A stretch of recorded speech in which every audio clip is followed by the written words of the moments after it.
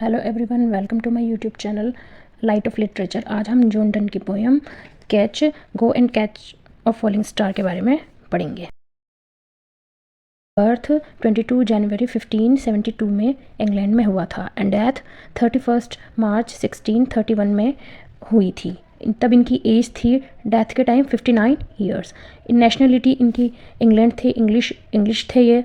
Occupation इनका, पहले ये पोइट रहे, प्रीस्ट भी रहे और लॉयर भी रहे। और इनकी अधिकतर पोएम्स सटायर होती थी, लव बेस्ड होती थी, एलिजी होती थी, सेक्सुअलिटी पे भी होती थी एंड उनका सब्जेक्ट रिलीजन एंड लव भी होता था। और ये एक मेटाफिजिकल पोइट थे। अब हम इनकी पोइट्री के बारे में बात कर लेते हैं। गो and catch a falling star, इसका नाम पहले ये नहीं था, इसका नाम इन्होंने सॉन्ग दिया था, लेकिन बाद में इसका नाम गो and catch a falling star हो गया।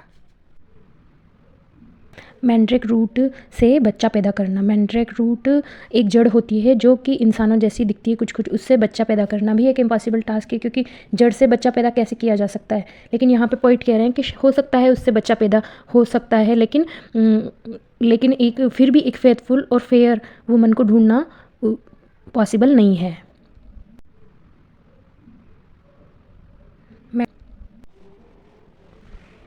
Tell me where all past years are, मुझे बताओ कि बीते हुए साल जो हमने जिए हैं वो कहाँ गए। किसी को भी नहीं पता कि बीते हुए साल कहाँ गए जो हम जीते हैं। गुजरा हुआ वक्त कभी वापस नहीं आता, ये भी एक इम्पॉसिबल टास्क ही है।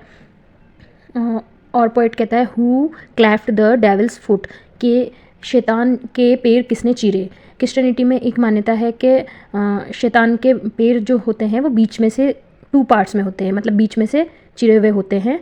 तो ये पोइट कह रहे हैं कि तुम बताओ कि शैतान डेविल के पैर किसने चीरे। ये भी एक इम्पॉसिबल टास्क है, क्योंकि हम ये कौन बता सकता है कि उसके पैर किसने चीरे। Teach me to hear mermaid singing, मुझे सिखाओ, मुझे बताओ कि जलपरी।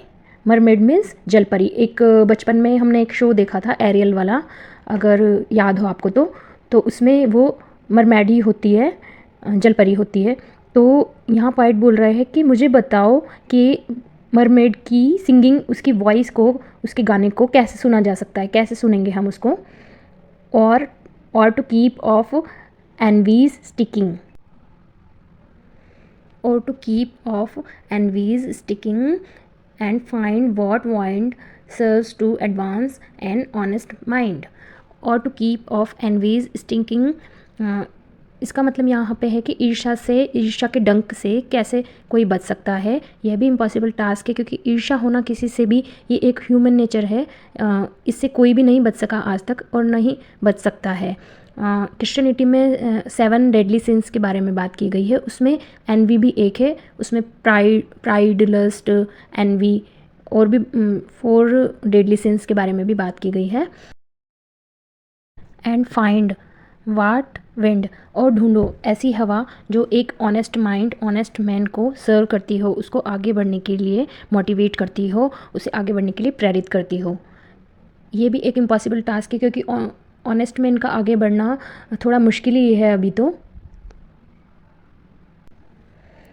If thou be'st born to strange sights, things invisible to see, ride 10,000 days and night till. और अगर तुम्हारा जन्म स्ट्रेंज साइट्स देखने के लिए, स्ट्रेंज साइट्स मीन्स विचित्र और अजीबोगरीब दृश्य देखने के लिए हुआ है। थिंग्स इनविजिबल टू सी, ऐसी चीज़ें जो कि है ही नहीं, जो कि अदृश्य है, इनविजिबल है। राइड 10,000 डेज एंड नाइट, तो राइड मीन्स यात्रा करना, घुड़सवारी करना। तुम 10,000 साल तक, 10,000 दिनों तक, तो तुम 10,000 दिनों की, दिन और रात की यात्रा करो। till a snow white hairs on thee, thou when thou returnest wilt tell me all strange wonders that befell thee। Till a snow white hair, जब तक कि तुम्हारे बाल सफ़ेद नहीं हो जाते, क्योंकि 10,000 डेज़ एंड नाइट्स की यात्रा करने के बाद तो ऑब्वियसली बाल सफ़ेद हो ही जाएंगे। When thou returns wilt tell me, जब तुम वापस लौटो तो मुझे बताना। Tell me all strange wonder that befell thee befell thee means जो कि तुम्हारे सामने आए। स्ट्रेंज वंडर्स आश्चर्यजनक विचित्र चीज़ें जो भी तुम्हारे सामने आई उनके बारे में मुझे बताना। And swear nowhere lives a woman true and fair, and swear और फिर भी मैं बिल्कुल स्वेयर मीन्स यहाँ पे ये है कि बिल्कुल दावे के साथ कह सकता हूँ कि नोवेयर कहीं पर भी तुम्हें ऐसी वुमन नहीं मिलेगी जो कि ट्रू भी हो फेयर भी हो। ट्रू मीन्स सच्ची हो, फेयर मीन्स वफादार हो। ऐसी कोई वुमन इस दुनिया में नहीं है पोइट के अनुसार कि जो कि सच्ची हो, ब्यूटीफुल हो और सच्चा प्यार करती हो। If thou finds one let me know such a pilgrimage where If thou finds one, let me know such a pilgrimage were sweet. If thou finds one, अगर तुम्हें कोई ऐसी एक लेडी मिल जाती है तो लेट मी नो, मुझे बताना। और यह तो एक तीर्थ यात्रा जैसा ही हो जाएगा। पिलग्रिमेज मीन्स तीर्थ यात्रा जैसा हो जाएगा और ये यात्रा बहुत ही सुंदर होगी। वर स्वीट मीन्स बहुत ही सुंदर होगी। अगर ऐसी देवी के दर्शन हो जाते हैं तो ऑब्वियसली ये यात्रा बहुत ही सुंदर हो जाएगी।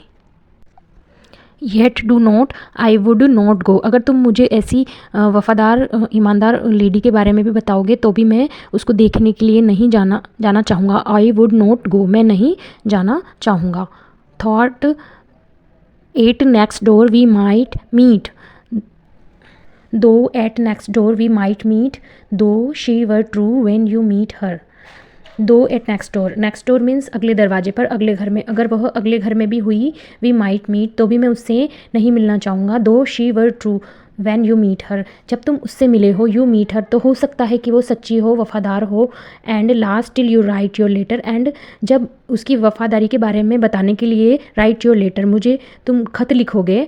येट शी विल बी, वह हो जाएगी। शी विल बी, वह बन जाएगी, हो जाएगी। False ere I come to और थ्री, जब तक तुम उसकी वफ़ादारी के बारे में मुझे लेटर लिखोगे तब तक उसने एक या दो लोगों के साथ चीट कर लिया होगा, उसके एक या दो प्रेमी बन चुके होंगे, वह उनको धोखा दे चुकी होगी, फॉल्स झूठी बन चुकी होगी।